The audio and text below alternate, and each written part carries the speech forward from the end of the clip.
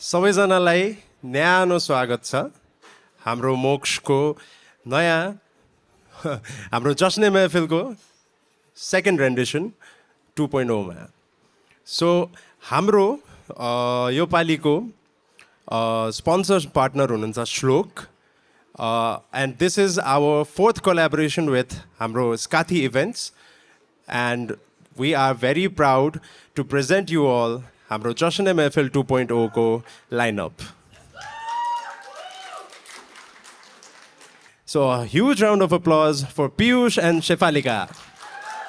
नयाँ सुरुवातले भरिएको नववर्षको भावनामय वर्षामा रुच्न आउनुभएका सम्पूर्ण माझ नमस्कार।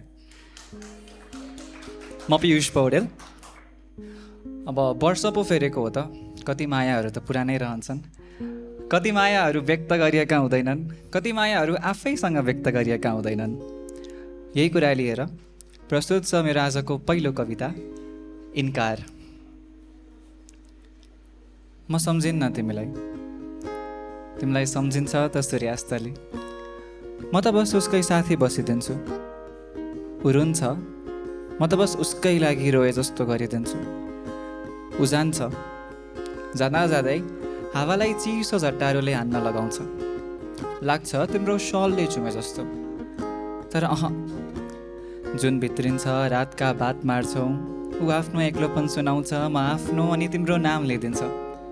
म भन्छु उसलाई होइन, अघि एक्लै हुन गए कि भानुलाई पो सम्झेको त। ऊ भन्छ त्यही हानेर गए कि भानुलाई सम्झेको होला होइन। हामी आँसु बोकेरै हाँसिदिन्छौँ, इन्कार। अब अर्को कविताभन्दा अगाडि त सानो क्वेसन सोधेँ मैले।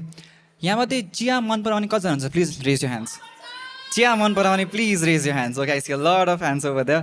हल्का डर लाग्यो किनकि मैले यो चियाको हाइप चाहिँ कहिल्यै बुझिनँ। तर तर तर तिमीसँग चिया पिउँदा कुराहरू बदलिए। कविताको शीर्षक चिया। स्पिकरमा तिम्रो फेभरेट गीत, जाबो चिया पकाउन लगाएको एप्रोन, स्वादले बसाएको किचन। अब मलाई चिया मन पर्न थालेको थियो। कोही चिया पिउँदा कसरी राम्री देखिन सक्छ, तिमीबाट सिकोस्। केही त फरक थियो तिमीमा, नत्र कोक प्रेमीलाई चिया रोज्न सजिलो थिएन। केही त फरक पक्कै थियो तिमीमा, नत्र आज तिमी नहुँदा पनि चिया पिउँदा स्वाद तिम्रो ओठको आउने थिएन। मसँग अझै तिमीले दिएको टीकप छ, तर आज भोलि मलाई चिया मन पर्दैन जति मलाई हामीसँगै हुँदा मन पर्थ्यो। स्वाद लगेर याद चाहिँ बिर्सेर गयो कि। म आज भोलि खासै चिया पिउँदिनँ, तर ठ्याक्कै बेलुका 9 बजे किचन खाली भयो जस्तो लाग्छ। तिम्रो चियालाई सम्झिन्छ क्यारे उसले, अनि उसलाई साथी बस्न तिम्रो फेभरेट टी लुकाएको कुनाबाट झिक्छु अनि केही सिप लिएर सोध्छु। म किनारमा उभिएर तिमीलाई पर्खिरहँदा तिमी आफै पौडिन गएको मैले पत्तो पाइनछु। अब मलाई कसले सिकाउँछ पौडिन जब मैले हिँड्नै त्यागिसकेँ। अनि त्यतिकैमा सेलाउँछ मेरो चिया, चिसै चिया पिउँछु, चिसोले चिसोलाई काट्छ सोचेर। सायद चियाको हाइप नबुझेकै भए ठिक हुन्थ्यो। अब त कोक भन्दा पनि चिसै चिया मनपर्छ। धन्यवाद। So, there's this feeling that we all might have felt someday at least once. The feeling of wanting to have someone. You don't want them to say anything, to not comfort you. You don't want them to gift you anything. You just want their presence. And यही कुरालाई सँगै राखेर I present you another poem of the night, Some Nights. I'm not the type of person who would spend the night staring at his reflection, precisely his eyes, waiting for them to speak, to answer his existence. But there are days, especially nights, when I feel like doing so. When I feel like missing someone, precisely when I feel like having someone. Someone for whom I am the muse, the one they wish to paint or write about, or simply think of. But not just when our eyes meet, even when they do not for days. Some nights, I wish to stay awake, not in desperation, but in their arms wrapped tight till our cells squeeze. Oh, to have someone. who'd give everything to see me smile, all because I said I had a bad day, who would just to have someone, but not every day, some nights, and call them mine. Thank you.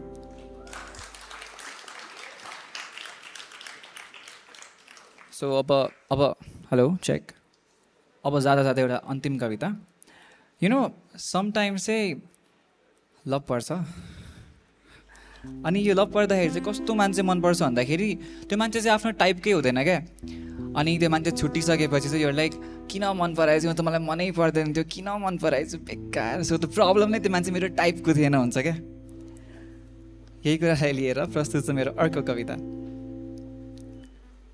म तिमीलाई सम्झिन चाहन्न झर्लान् फुलहरू म तिमीलाई झार्न चाहन्न मेरो याद फुल्ने करेसा बारीको लताहरूमा म आफै अल्झिँदैछु आज खाली पोखरीको ब्रह्मकमल मन पराउने यो मनले आज खुला खेतको ढकमक्क सयपत्री अँगाल्दैछ म आफ्ना रङ फेरिएको देखेर दुखी हुनु या नयाँ रङ फुलाएको देखेर हाँसु मलाई त आजकल नराम्रो मान्न पनि आउँदैन तिमी छौ नै यति राम्रो कि म आफू तिम्रो शुद्धतामा हराउँदा पनि आफूलाई पाएको भ्रममा छु तिमी छौ नै यति राम्रो कि तिमी मेरो परिभाषाको राम्रो नहुँदा हुँदै पनि राम्रो लाग्दैछौ तिमी छौ नै यति राम्रो कि म आफैलाई हराएर पनि आफूलाई पाएको भ्रममा छु म किन लेख्न चाहन्छु तिम्रो बारे तिमीलाई चिन्दै नचिने पनि म किन साच्न चाहन्छु तिमीलाई मेरा कविताहरूमा कतै तिमी हराउन आँटेको आभास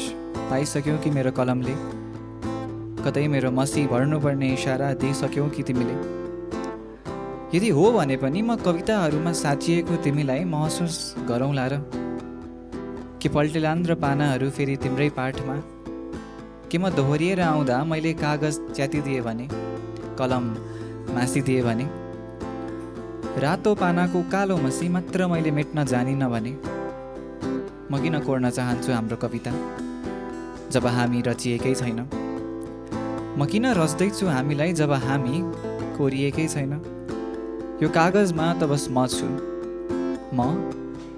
मलाई हामी बनाउन सक्दिनँ यो कवितामा छैनौ तिमी तर पनि तिमी भए जस्तो किन लाग्दैछ मलाई के म मलाई हामी रच्दैछु म किन लेख्न चाहन्छु तिम्रो बारे हामीलाई चिन्दै नचिने पनि सायद मैले तिम्रो बारे लेख्नु व्यर्थ छ नै कविताहरू तिम्रो कानमा गुन्जिने छन् न तिम्रा कान मेरो बातमा रमाउने छन् तर आज व्यर्थमा अर्थ खोज्ने कवि भन्दा पनि कुनै गुनासो छैन तिम्रो टुकी बलेको आँखाले धानेको मेरो मग्न रात सकिन आँटेको मसी कागजमा तिमी किन झार्दैछौ मैन कागजमा मेरो मासेर बत्ती आफ्नो कसरी उज्याल्छौ मेरो रात कसरी पुरा गरौँ म मेरो कविता र तिमीलाई जब छैन टुकी मेरो रातलाई